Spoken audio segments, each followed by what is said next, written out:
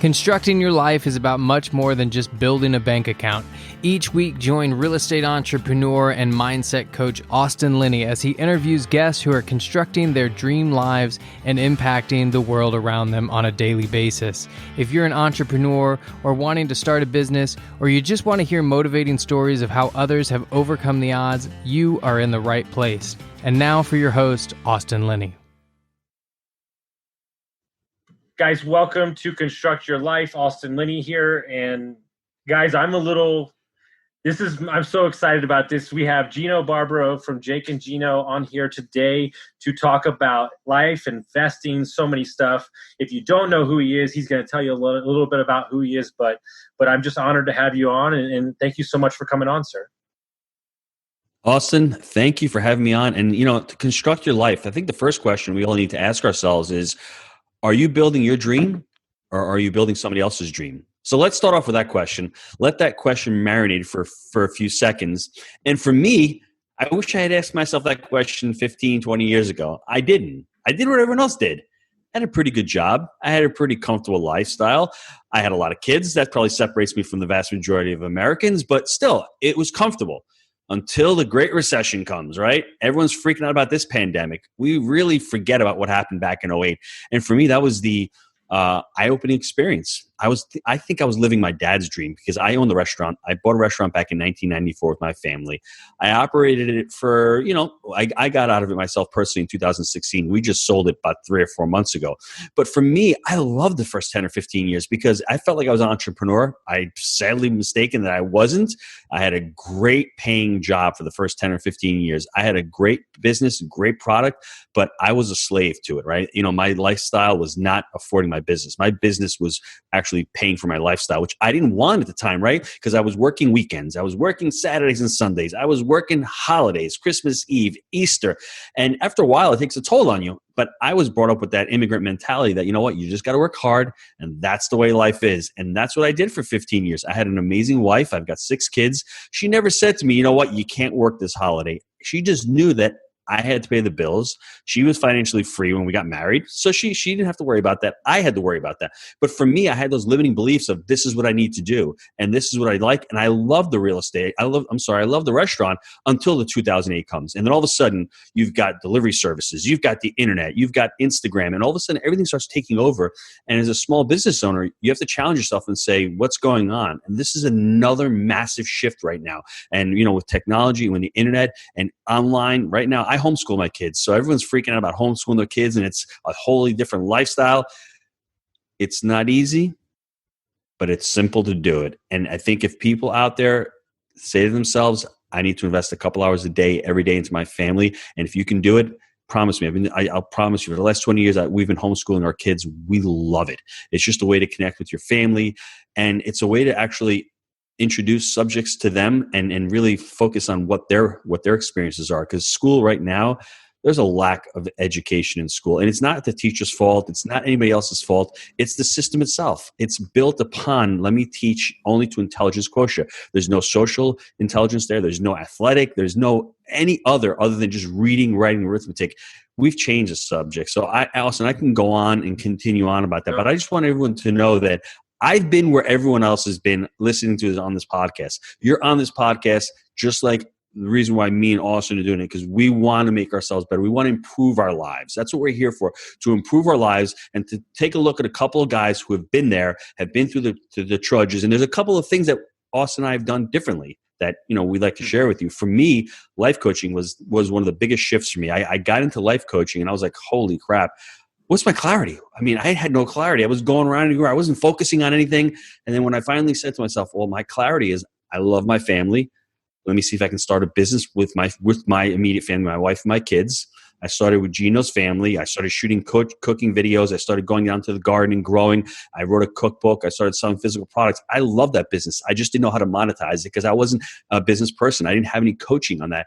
I met Jake back in 2011 while I was on that journey. And Jake's like, hey, let's do real estate. I'm like, dude, let's go. He moves down to Knoxville, Tennessee in 2011. Takes us 18 months to find our first deal. And in this process, I hadn't dabbled in real estate. I had a fourplex. I had a couple of bad deals that went my way. I did go get coaching, though. Everyone out there, education times action equals results. You need to go out and educate yourself on what you're doing. That learning curve will be dramatically cut. And when an opportunity appears, like Jake, in my instance, he goes down to Knoxville, Tennessee, where there's a bunch of deals down there.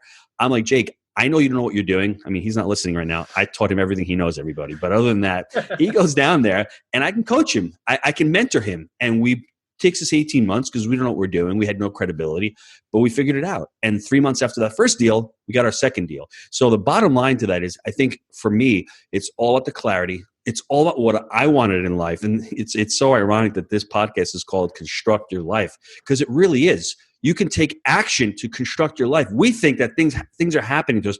Well, the pandemic is happening. What are you doing right now?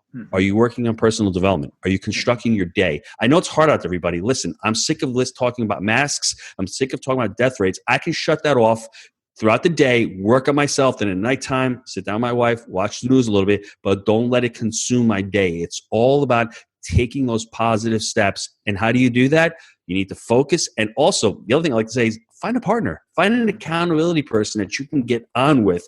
Like right now, I consider this a mastermind. Me and Austin are just talking about real estate and just sharing our journey, and we're expressing our ideas. And all of a sudden, at the end of this call, I'm going to feel energized. I'm going to want to work for the rest of the day.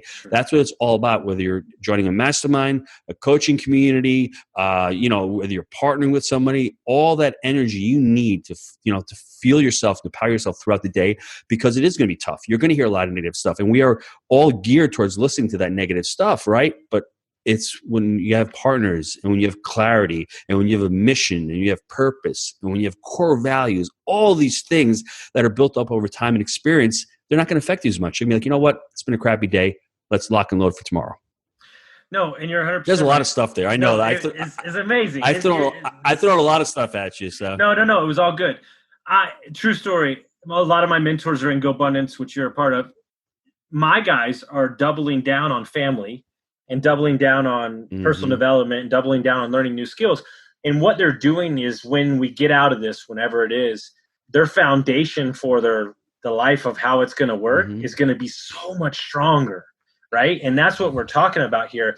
And Jamie Gruber made a great point to me when we were talking the other day. Everything that's happening right now in real estate or just in the world was going to happen in 10 years. COVID just brought it to today. And what people are realizing is maybe you don't need 9 hours to work every day. Maybe you can double down, focus, spend that time with your family, because what you're doing is you're choosing your own happiness. And then so what you're doing is, when you do show up to work or in your environment, you'll be that much better for it. Yeah. Yep. I agree 100%. For sure. So when you started out, I love it. You're like, Jake, just go down there. We're going to figure it out. And what I think is not talked about enough, because you don't know this about me, but it took 7 years and 9 bad deals to buy my first property. I had 2 deals fall apart the day before closing, and then I bought 3 houses in 9 months. And so what's not talked about enough is momentum and just taking action. So when you bought that first deal, did you just kind of figure it out as y'all were going along, and the momentum kind of caught up to the movement? Well, what was really cool for me was I had made a couple of big mistakes. I had done a mobile home park, the first deal about 5 or 6 years before I met Jake. I lost a lot of money. How much? I lost $172,000 because I had a crappy partner. But you know what it was? That was the best money that I ever lost in my entire life, because that made me realize I need to get education. I need to focus on a specific niche. It wasn't the mobile home park deal. That's a good deal. It was myself ultimately taking responsibility as an entrepreneur, as an adult. And there's not enough responsibility taking in this world right now, because we're blaming cultures, we're blaming colors, we're blaming whatever it is. We are all here right now. We can blame whatever we want to blame. It's not going to help the solution. And when we become responsible for our own actions, back in 2008, I read the book Secrets of the Millionaire Mind by T. Harv Eker. I actually had him on the podcast a couple of years ago. You should check him out on our podcast. Amazing podcast.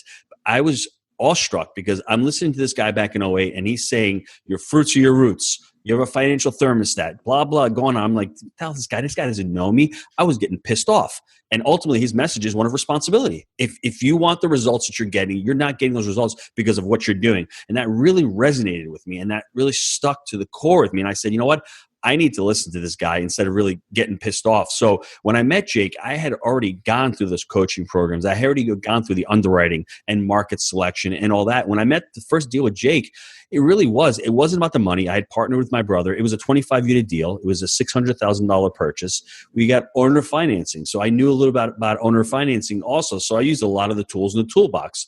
That first deal was a mom and pop. I think everybody out there should find out what a mom and pop is. It's just basically a motivated seller. You're not going to make money in real estate or in any venture in life unless there's a little motivation by the seller. Couple that with your ability to negotiate. And negotiate, whether you're an entrepreneur, it's always about listening to the other side. We call it the SPY technique, SPY. The seller, number one, the property, number two, and you, number three. Let me go through those really quick. When you're looking at a deal, you always want to talk to the seller. Hey, Austin, I see you've got this property. Why are you selling? Tell me what's going on with the property. What is your motivation? What are you going to do with the money, Austin? You need to go fact find and find out how you can solve Austin's problem. What we typically do is we don't care about Austin. We care about ourselves. And we think, what's the best price we can get it for? Sometimes Austin just wants to sell his property because he's got a headache and he's got to move out of state. He's not worried about getting the highest price. So that's what people are always concerned with in real estate. All they think about is themselves. For this first deal, we had two owners. They were burned out. They were old. They had weekly renters. They had health conditions. They just wanted out of this property. They had owned it for a while. And we, on our first deal, bought it for $600,000. We probably could have negotiated a better price, but we were just ecstatic. We were thrilled. We finally found something that worked. But the great thing about it was it had the owner financing, so we gave up a little bit on the price. We probably could have gotten some more repair credits on your first one. Don't worry about making mistakes on the first one. It's just all about executing and figuring out the framework. And if we had a Jake and Gino community, it would have been a lot easier because we created the buy right, the manage right, and the finance right, our 3-step proprietary framework from that first deal and from that second deal and from our subsequent deals. We didn't have any of that framework. We were just going by the seat of our pants. But we realized once you do your first deal, document everything and figure out what you did right, what you did wrong, and then approach the second deal just like the first with more, I guess, information. And the other thing is, as you have your second deal, you're going to have more of a team. We only had a real estate broker on our first deal. We barely got an inspector in. We found the title company. On the second deal, you're going to have all those team members. They're going to help you out. And maybe they'll bring you a deal. They've seen that you're a closer, that you've got the credibility. All of a sudden, the broker on the first deal brought us the second deal 3 months later, helped us with the negotiation, helped us with the market selection, helped us with the rent comps and all that other information. And he was able to introduce us to a good title company. We got a CPA through him. So really it is all about that motivation and momentum, like you'd mentioned, Austin, looking for that deal, getting the deal, then having the clarity and just focusing on the business plan. We were just looking at B and C properties. We were looking to find value add properties. We were looking to add value and ultimately buying them ourselves without syndicating. We're buying them ourselves with partners and then with the ability 18 months to 24 months down the road to refinance that money out and go look for the next deal.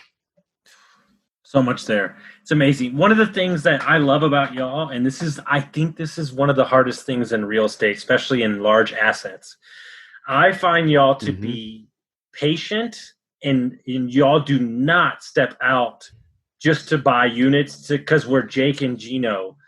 And I think that discipline is amazing because you're making a choice that this is where we're going to live and we're not being forced by outside influences. I can speak about that. I could dedicate the entire podcast to that because it's really important. First thing I want everyone to write down, no deal is better than a bad deal. Just always write that down and keep that on the top of mind. And how do I know? I made a $172,000 mistake. Now, I look back at that. It wasn't a mistake. Thank God I did it because I doubled down on my education. But it's really important. The second thing is, ego and blind spots. Ray Dalio talks about that. You really have to extract your ego out of every situation. And when you're looking at a deal or you're looking at anything in life, I want you to analyze it analytically. I want you to analyze it emotionally. And I want you to analyze it logically. And if you lead with emotions, you're going to make a lot of mistakes. And that's what's going on in the country right now. You see emotions are flying. No one's really using logic.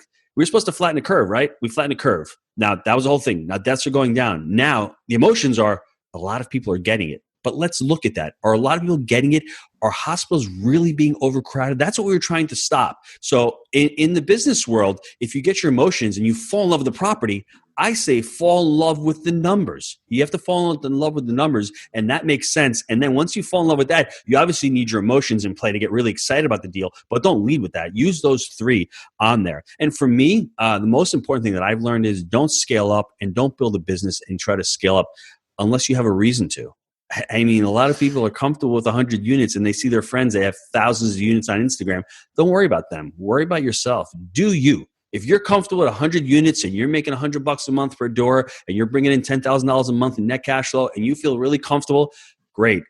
I know at one point, most entrepreneurs are going to get bored with that and they're going to want to grow. And there's nothing wrong with that. Just assess what's going on in your life and see if you want to. I had the same thing with Jake at about 650 units. We're like, you know what? We're stuck. What should we do? At that inflection point, all of a sudden, we had to hire a regional manager on to alleviate some of the work that Jake had to do. He was still property managing it, but you have to start growing and taking those incremental steps. That's what life is all about, taking those incremental steps. And just one more quote. I mean, I think everyone needs to write this quote down because it's truly important. Revenue is vanity, profit margin is sanity, and cash is king.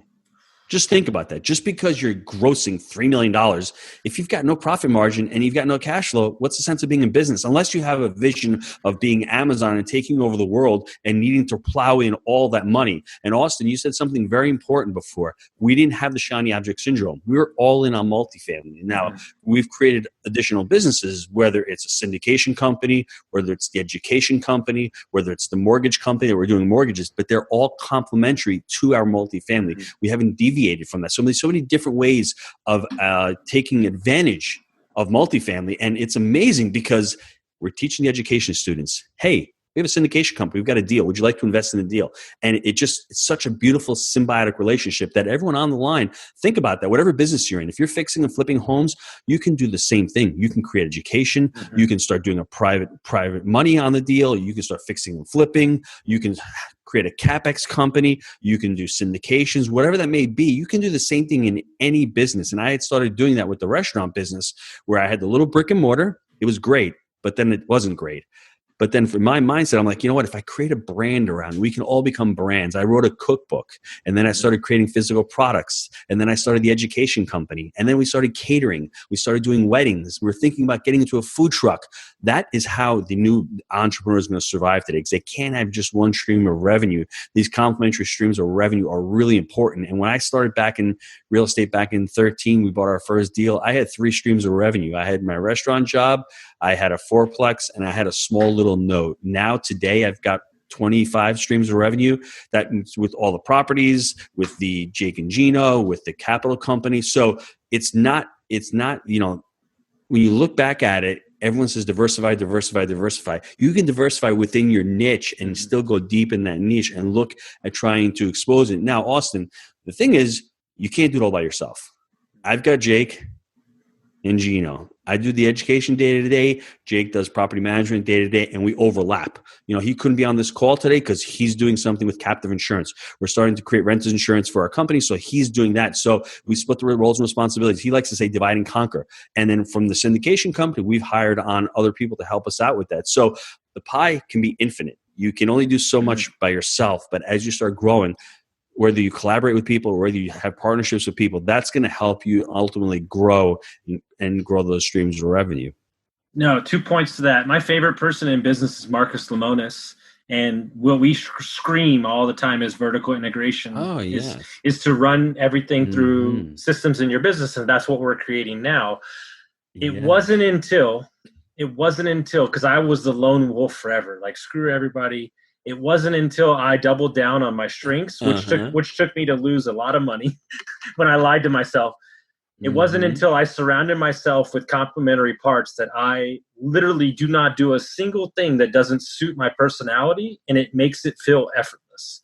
And that's what he's talking about, guys, is surrounding your team, because when you get out of the business of what it can do for you, this is one of the things that I make very point on my podcast. Tyler Chester, one of my good friends in Louisville, there's a lot of people that are in deals, right? Oh, I've got 1,000 units. Well, do you really have 1,000 units, or do you have like a percentage of a percentage? He actually owns 50 units by himself. So I guarantee you his net cash flow is way better than what you're getting. And so don't look at everybody's story or what they're throwing up on the wall. Because I did this. We grew to 27 Airbnbs in 7 states in 6 months. It's a great feat. Oh my God, amazing. That's big. Yeah. And then we woke up and had no money. And so, that's what happens is what I do now is I don't put too much focus on it and I let the business drive the scale. So let the business drive the scale. Don't do it the other way around just because you want to, right? And I think that's super important for people. I agree. And what I like about y'all is, and what I find so humbling is the amount of detail / just straight compassion and nice. It's really hard to put into words how great it is. If you haven't been to one of their events, guys, it's second to none. Where does that come from? Is that come from you and Jake, or has that always been how you lived? I mean, you're a very nice guy, but I mean, you always lead with education. Where did that stem from? From your father, or like just that overall family feel? It's a great question. I'm not sure where it stemmed from. All I know is that when you start a business, Austin, I think everybody listening, they need to write down what their core values are, or they need at least decide upon what their core values are. For us, it took us a while. We had been doing it, I guess, subconsciously, but when you write them down and you live by them, you're going to hire by them and you're going to fire by them. The biggest mistake when I had the restaurant years ago is you attract not what you want, but what you are. I wasn't a great owner. I wasn't a great, employer.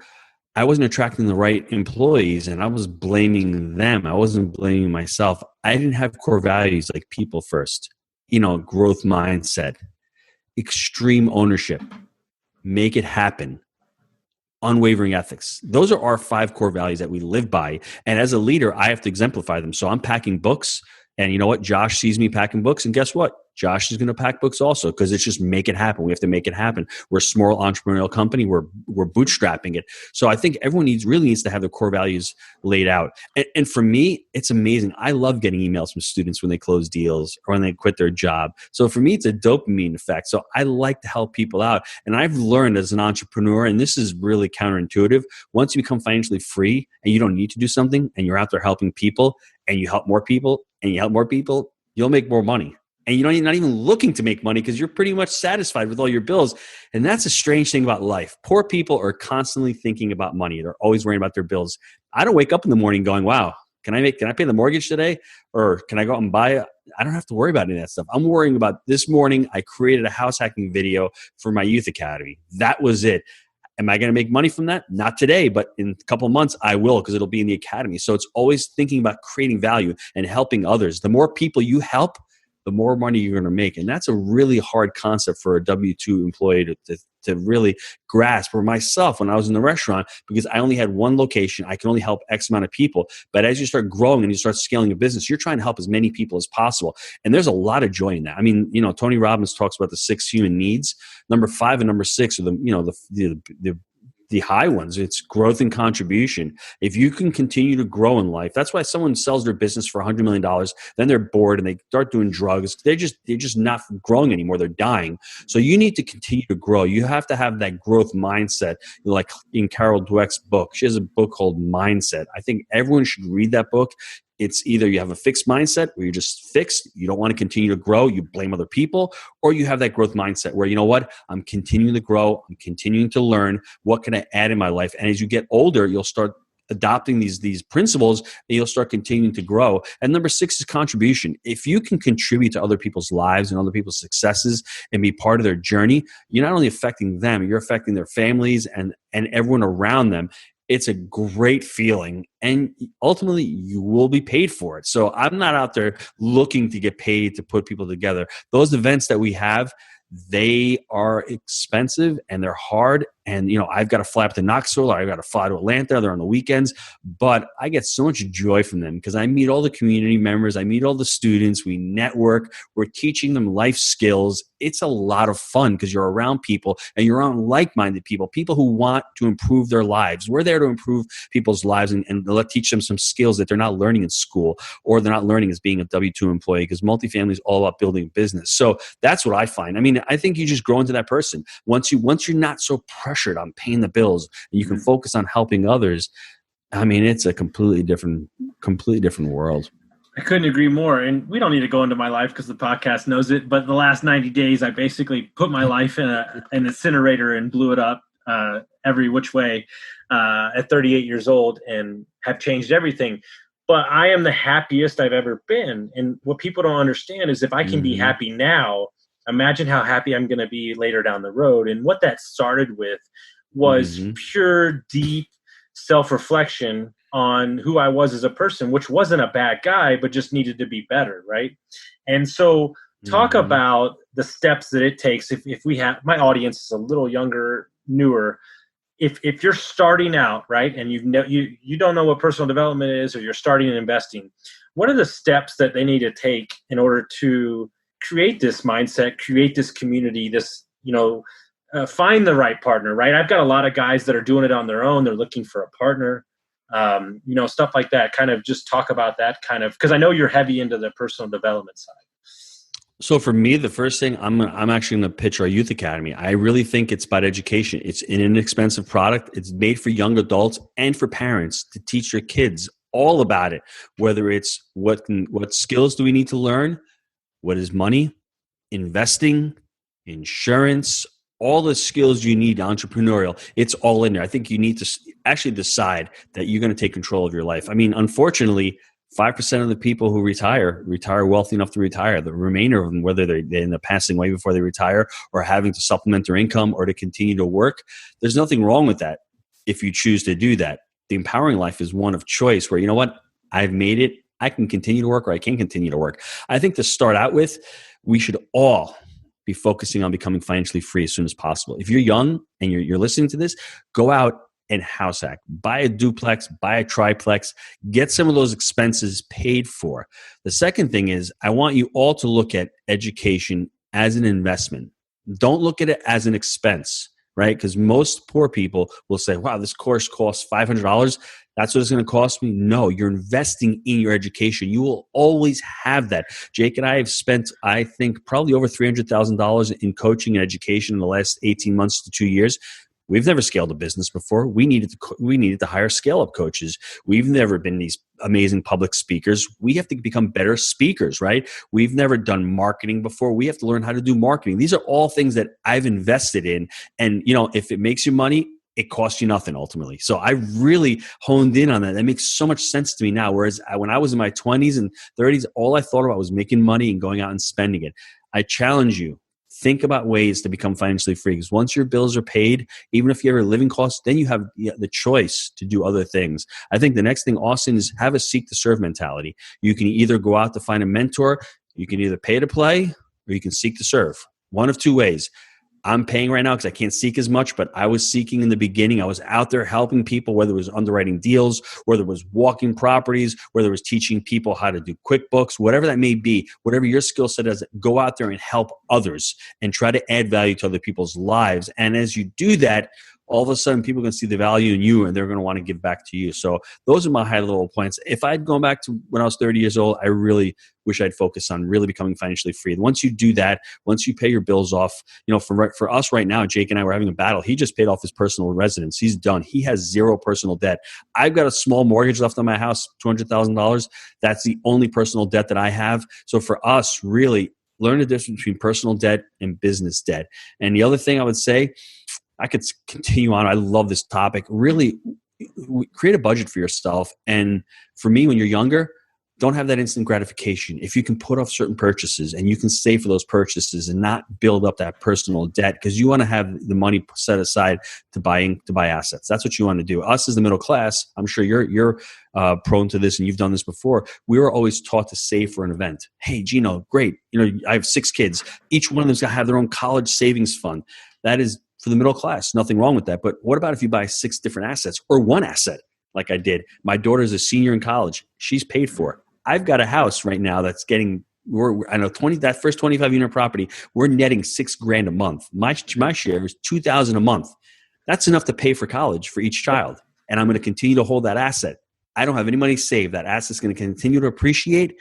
The principal payment's getting paid down, and it's paying for my college. So that's the difference mind shift that you can have by investing in yourself, that one asset. So for me, adopting that middle class mindset is something that we really need to shatter. And we can all do that. It's really learning how to become an investor and learning how to invest in yourself.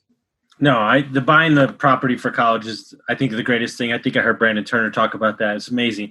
Mm-hmm. You're the perfect I haven't dropped this on a lot of people. You're the perfect person because I have a theory I'm working on. I meet these 20-year-olds and these 18-year-olds and 24-year-olds that have like 60, 100. Look at Dave Tupin. Mm-hmm. These guys that are friends of mine. They just blow me away, right? Mm-hmm. And then you meet a 35-year-old that was a doctor forever, and maybe it's taken him 2 years to buy a property. He's still learning. I'd love for you to talk about this. I feel like their lack of knowledge and they're not knowing almost gets them in the door quicker. And then they wake up a year later and they're like, oh my God, look at all these units. And then you have the older gentleman or the older woman that has so much context around their life or mortgages and all these things. Like, have you noticed that in your education? Like these guys just kind of take the action? Well, there's a lot. That's another topic for an entire podcast. I think if you just look at the immigrants that are immigrating from America, my family, my mom, my dad, they barely finished high school, but they had clarity. They worked really hard and they reinvested and they took control of their spending habits. They didn't have huge spending habits. They lived well within their means and they saved, right? Savers are getting punished right now, but we're not talking about saving money for a rainy day. We're talking about saving money to buy assets. And that's what my parents did. I know a lot of Italian immigrants that, like I said, can barely read and write, but they own thousands and thousands of apartment units. They own very successful businesses. I think that's the difference between the average investor here and someone who's really hungry. They were really hungry and they didn't have any preconceived limiting beliefs of, oh, well, you can't really do it in America. People are coming here because there's still so much opportunity in this country. And I think when you see the successful doctor or the successful lawyer and they're not successful, it's because number one, they have no plan. Right? They have no budget. And number two, they may be fearful that getting into it, they may make a mistake. It's the fixed mindset again. I'm really smart. I don't know anything about multifamily, so this thing must not be for me. Whereas dumbass Gino, I got nothing to lose. I'm screwed here at the restaurant. If I don't figure something else out, what am I going to do for the next 20 years? I need to do something. So I had the motivation. I was moving away from pain. Robbins talks about it. Move away from pain or move towards pleasure. That doctor may not be moving away from pain. He may be just comfortable enough that he doesn't need a change in his life. But you know what? Guess what? Let's say the doctor loses his finger, or during the pandemic for 3 months, all of a sudden they can't operate because their only elective surgeries are not going on. Then he's got a lot of pain. Then something happens. Then a shift happens in your life. And we all need that shift to occur. Mine was the Great Recession of 2008. That's why I say the pandemic of 2020 may be an amazing opportunity for everyone listening on this podcast. Let's reevaluate our lives. Let's construct our lives and let's see what we can do better. If you're a doctor out there, I'm not saying you need to go and buy deals yourself, but maybe you go into a limited partnership where you find other people and you start investing in syndications and you have passive income working for you that way. You still need to learn the business. You still need to do a lot of the work, but hey, it's being proactive. And it's an interesting question because I think immigrants, for the most part, do very well here. They come here, they work really hard, they have a plan. Their plan is real simple. Work 7 days a week, save as much money, buy a house, rinse, repeat. not rocket science, right? And they really control their spending habits. They have their own internal budget. And I think the other thing is that my parents, that they lacked so much in Italy when they came here. This was like amazing, right? I don't have to grow food. I can go to the store and buy food. I mean, I don't have to wash clothes by hand. I have a washing machine. I mean, these things sound really stupid right now, but a lot of parts of the world are like these basic, simple tasks that we take for granted. Everyone says we're so busy. Really, go grow potatoes for 8 months, and when the crops don't fail, you got nothing to eat. Those are problems, my friend. Not the problems we have. Oh, I got to go pick up my dry cleaning. Oh, you're having somebody dry clean. Oh, somebody's cutting the grass. Oh, so you're washing your car. We're busy because we think we're busy because we're on Facebook all the time. We're not constructing our life. We're wasting time. We're not working towards our plan. We don't have a plan. That's the problem. Immigrants have a plan, and the plan's been working for generations. And more importantly, you're surrounded by people that aren't pushing you because they're the ones giving excuses as well. It's not until you get around guys like you, Matty A., Tippleton Walker, who I work with, that they don't give you a room to breathe. And you have to have that conversation where it's like, when I joined M1 and I had to put my finances on paper, was like, you want to talk about standing up naked, right? And like in front of a room of 40 people. That's right. But it was the same thing with drugs and alcohol with me. It wasn't until you bring those into the light that they don't control you anymore. And you're owning them and you're setting forth a plan, right? And so I live on this code where I think, and you could say what you want about it, doesn't matter. It's just a saying I say. But I think goals are BS because I think goals are for somebody else. I think a lot of the times. If you live your life on intention, right? My intention is I wake up every day. I want to be healthy. I want to support the people around me. I want to be a good boss, and I want to uplift the people around me. If you're living in that world, then you can't be touched. You can't be touched because guess what? I would imagine 2020 messed up a lot of people's goals. That's right. You know what I'm saying? So I agree. And there's a couple of things to that. I think the first thing, what you said with your peer group, your expectations of your peer group is going to lead to your success. If your peer group expects a lot from you, then you're going to perform. If you're an M1 or you're in a Go Abundance, guess what? They're all high performers. You're going to have to either perform well with them or you're going to drop out, right? And I think the second thing is, we all have to worry about with this trap of getting to therapy versus coaching. Therapy may be great. When someone has some serious problems, it's okay to look in the past. The problem with therapy is you keep going back. Do some research on NLP, neuro-linguistic programming. You keep going back. You keep reliving those memories, right? You don't want to keep doing that because that's the only picture you see in your mind. Create new pictures for yourself. Create pictures of success for yourself. Go into the future, and let's start talking about the future pacing. Now, as far as goals go, I don't know if I would have been able to do this without goals. I think I look at goals differently. Goals are important. They are just the results. You need to create systems or processes to reach those goals. Let me give you an example. I'm going to buy a 100-unit property by the end of this year. Great. That's a goal. That may be an overarching, overachieving goal, but what are the processes, the systems you need to do? Well, the race to 80. I need to underwrite 80 deals before I can find one good deal. So if I'm going to do it in 52 weeks, I need to be underwriting an average of 2 deals a week to get to that goal of 80 to be able to close. Are you doing that? If you're not doing that, then that goal means nothing. You need to fall in love with the system and the process to achieve the goal. And ultimately, a goal is only there for you to grow into the person that you need to become to hit that goal. Because guess what? Once you've got the 100 units, what's next? The next goal, to grow into a different person. The next 5 income streams. Well, what do you need to do to become that person? That's all the goals are there for. They're just results, right? And they're lagging success of what's going on. It may take you 18 months to hit that first goal. That's okay. But as long as you fall in love with the system and the process and continue to work and continue to enjoy it, you're going to ultimately hit your goals. Yeah, one of the greatest quotes I've heard, and I live by it: married to the process, divorced from the results. And I like that. I'm going to write that down, dude. Yeah, I'm stealing that from you, right? That's okay. And what Ed Milet said it. Ed Milet said it. And this is what I tell my friends. 2020 version of Austin Linney doesn't stand a chance to walk through the door for 2021. And you have to be a crisis to get to the next best version of yourself. And every day that you step into who you are, I tell you what did it for me. The guy I was 6 months ago, you wouldn't have liked him. I had a version of myself. We called him Tasmanian Devil. He got in the room, but he was a little too crazy. And so what I did with my coach is we created a character. We created a character. Who do you want to be 10 years from now? And that guy was Clint Eastwood with the cigarette and the hat. And that guy was confident. And he didn't search for deals. He was confident in who he was.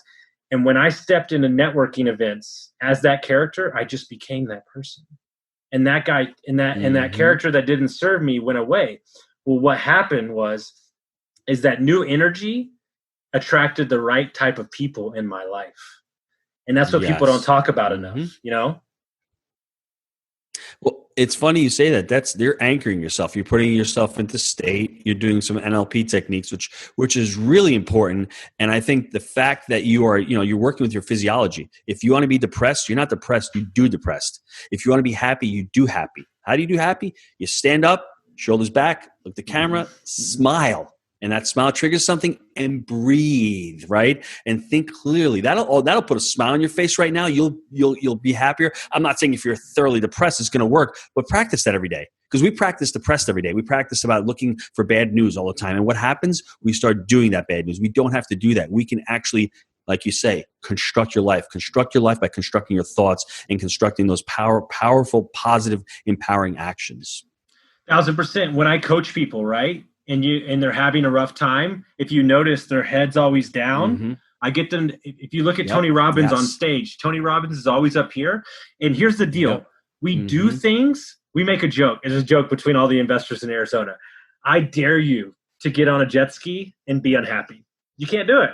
And so it's the concept in life, it's the concept in life. Smile, project. There was a quote yesterday I read, be so damn happy that negative people don't want to talk to you. Great. Perfect. That's amazing. Get out of my life. Thank you very much. And so we'll finish here. Yeah, we'll finish up here. I want to talk because what I think is important and what I inspire to be anybody that I care about. And I think GoBundance is a great, literally just a foundation for this. All the guys, meaning you, Mattier, all the dudes we never talk about real estate. And what inspires me and what I model towards is who they are as fathers and who they are as a family man. So talk about that kind of that whole life, millionaire kind of style. Well, I think when you are out there and you're getting married, you just have to have proper expectations with your significant other. When I got married to my wife, I knew that she wanted to stay home and have a family. So that was great. If she wanted to be a career woman and not have kids, that might have been tough for me. So maybe that would have been the right choice, but I knew she wanted them. And for me, I just started having kids and I love the process. I love my children. They're we homeschool the kids. So they're always around. I can't get rid of them. Right. And I don't want to get rid of them. I make a joke that this past January, we had a buy right boot camp in Atlanta. Me and my wife were married 21 years. That was the first vacation that we went on together by ourselves in 21 years without the kids. And that wasn't even a vacation. I made a joke in front. Everyone looked at me like, what are you, freaking nuts? And I'm like, yeah, because I love my kids that much. A vacation means to vacate, means to leave. Why would I leave and go away without my family, without my children? That's my mindset. That's what's worked with me. And as my kids have gotten older, I mean, to hear like my 7-year-old say, you know what, the best part of the year when I was working at the restaurant, I'd only take a week off is when I can go away on vacation with dad. So that really stuck with me. And I'm like, I am never going away without them. I mean, my daughter's 20 years old. She still goes away. We were in Knoxville for a week at a money mixer a few weeks ago for the 4th of July week. She came with me. She's a senior in college. Everyone's like, oh, when they become teenagers, they're terrible. No, they don't become terrible because if you're with them all the time, you talk to them, you have a real relationship to them, and you're not there always just telling them what to do. Because as they get older, they need to make their own decisions. It's unfortunate. I hate it, but I am actually raising my children to the point where they can become adults. They can leave the house and they can make their own decisions. That's difficult because I love them so much and I don't want them to go, but that's ultimately what has to happen. So how do you do that? You create that foundation. You just listen to them. When you speak to your kids, are you yelling at them? Are you screaming at them? Would you speak to your employees like that? No, you wouldn't. So why are we speaking to our kids like that? We're at a point where sometimes we just talk down to our kids. I think we need to create boundaries for them. And as they get older, we just make the boundaries bigger, right? A 3-year-old, sometimes you don't have to tell them, put your clothes on, put your sneakers on. There's no reason to actually argue with them. Just do it. As they get older, maybe you have different conversations with them. But I just think as a parent, just being there and not always having to tell them what to do. Sometimes you don't have the answers. That's important. And I think, Austin, the last thing is, just be vulnerable with your kids. We make mistakes. And if they see that we're making mistakes, that we're human, that's okay. They're like, oh, well, dad screwed up, and it's funny. We joke about it, but I try to be as transparent as possible because I've made a lot of mistakes with them. And I don't want them to think that I'm the all perfect and I know it all, because I don't know it all. And I can actually learn a lot of stuff from my kids. So, when you make a mistake, hey, say you're sorry to them. They'll really appreciate that. Mm-hmm. And they'll know that they'll come to you next time about it. It's not just telling them what to do. You can guide them. You can let them figure it out. You're there to help them out if they have any questions. But at the end of the day, they've got to figure it out for themselves also.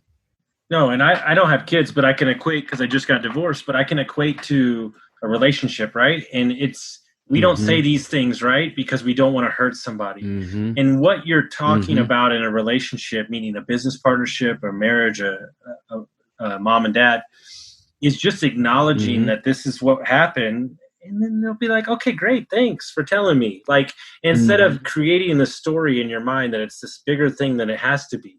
And that's where men, particularly men, mess up a lot. Your wife is not nagging you because she's nagging you because you're not communicating. It really has nothing to do with what you're actually doing, right? It's because you're not communicating because you're trying to hide something, or you're not.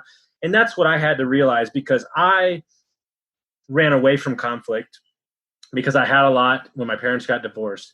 And what I realized is my favorite quote ever, Kyle Cease, is that he says, everybody is so concerned about what they'll lose by telling the truth because that's quantifiable. They have no idea what they might gain by telling the truth because they can't see it. Mm-hmm. And it wasn't until I got real with what I wanted out of life that me and my ex-wife decided that this wasn't best for us 40 years down the road. And that's really rough. But guess what? Both of us are beyond happy. There was no lawyers. We're both in a great place. So what was the better term? To just stay married and be miserable? No, you have to step up. Whether you're a parent, a business partner, you have to say what you want. And it's not until you take ownership that you won't let that, let your truth be told, right? And that's what people don't get. They want to keep it. And by keeping it, you're just, it's just carrying the bandwidth in your mind that's going to just tear you up over and over again. I agree. So I want to tell this story because I have to tell this story. So the first ever podcast I ever heard on Bigger Pockets, everybody knows Bigger Pockets, please. It's ridiculous. But was y'all, and I told this before we got started, was Jake and Gino. And I was 20 years as a what do we call ourselves? Warriors. I worked in the restaurant business from 17 to 36. And it's two things that happened to me. The Jake and that podcast was like, you were like, I'm in the restaurant business. I got to get the F out of here as quick as possible. And that's when I was like, I don't think I'm going to open a restaurant. I think I'm going to get into real estate. And then I got handed Rich Dad, Poor Dad at 17. So I just want to personally, while it's recorded, thank you. You didn't know that at the time that you inspired me, but it really was the foundation for me, even though it took a while, to get out and focus on a different vehicle. So I just wanted to say thank you. That interview was probably one of the first times I heard about personal development as well too. And I just, I appreciated the banter because Jake's a little crazy. Jake calls it like he sees it, right? And I just saw that great yin and yang in your relationship. So I just wanted to tell you, I told you that story in Nashville too, but I just had to say it on the podcast. So what prompted you from doing it? You're someone who's been doing it for 20 years, and that's got to be our limiting belief where this is all I know, this is all I want to do. So that's a hard choice. You have no idea.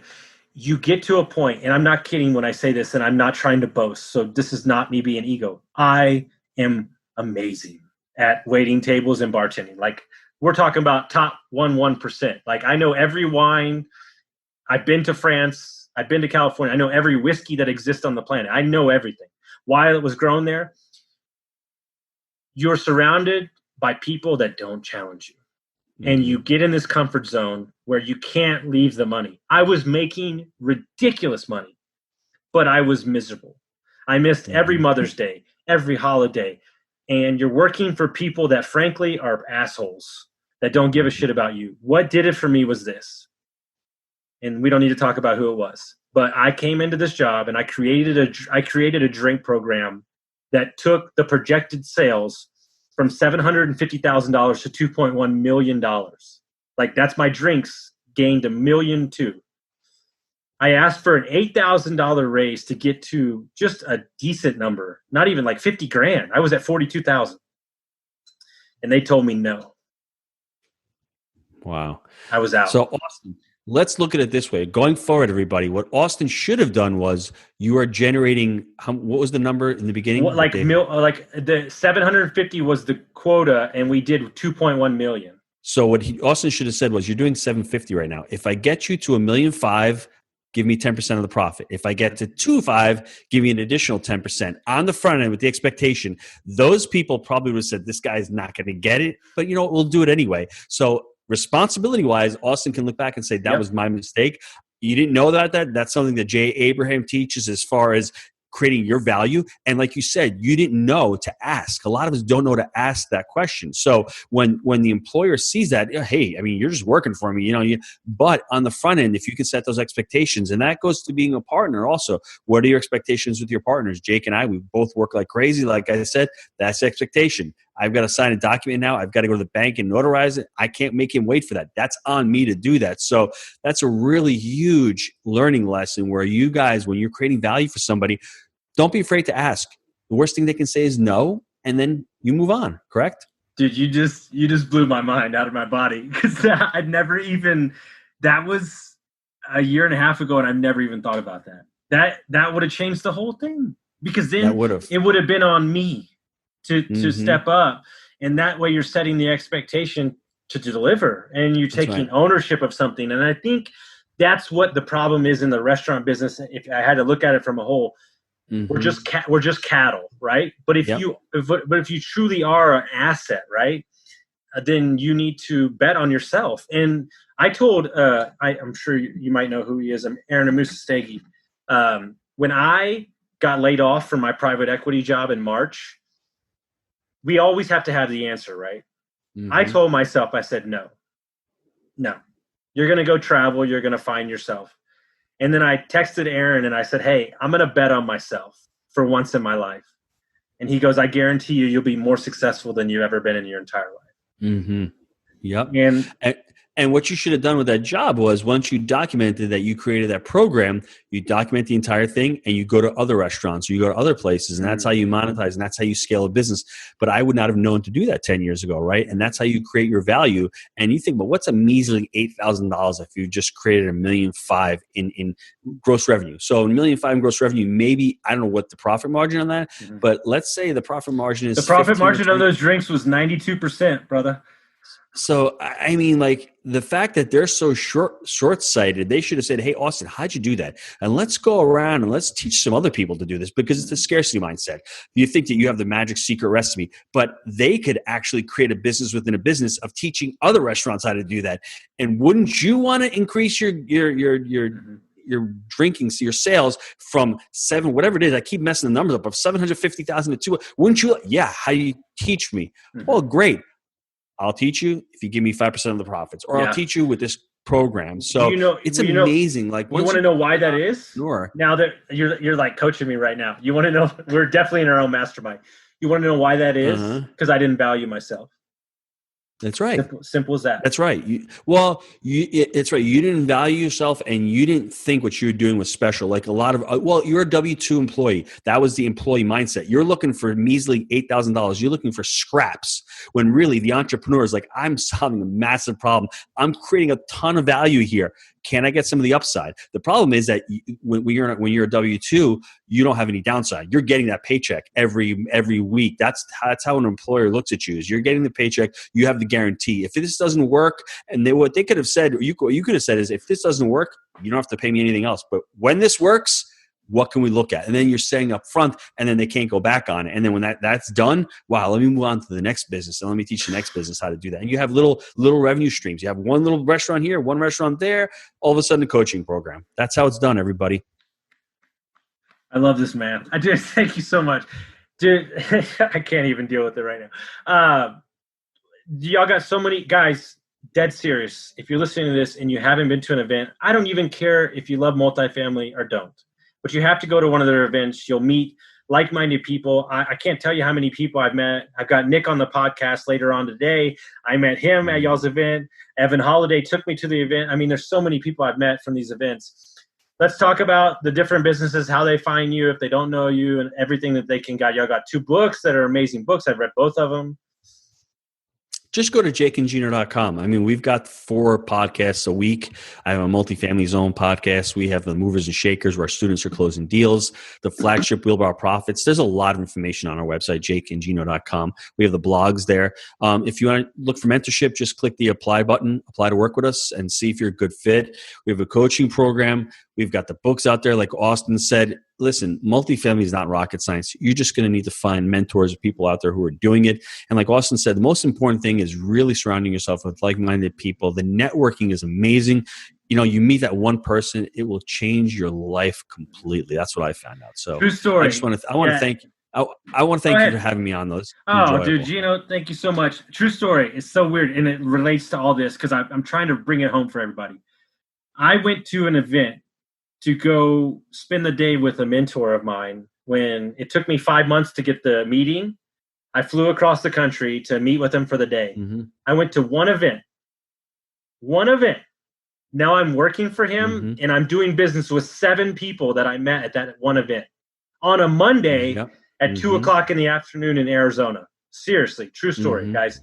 When you show up with intention and you show up with who you are, you have no idea what's available for you if you have the right mindset when you walk into these events. So and thank Austin, you so much. Once again, I'll end on this note.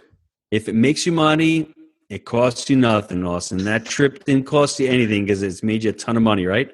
My man, exactly. Dude, thank you so much, man. I appreciate it so much, and we'll talk soon. Thanks, Austin. Take care, everybody. All right, bye.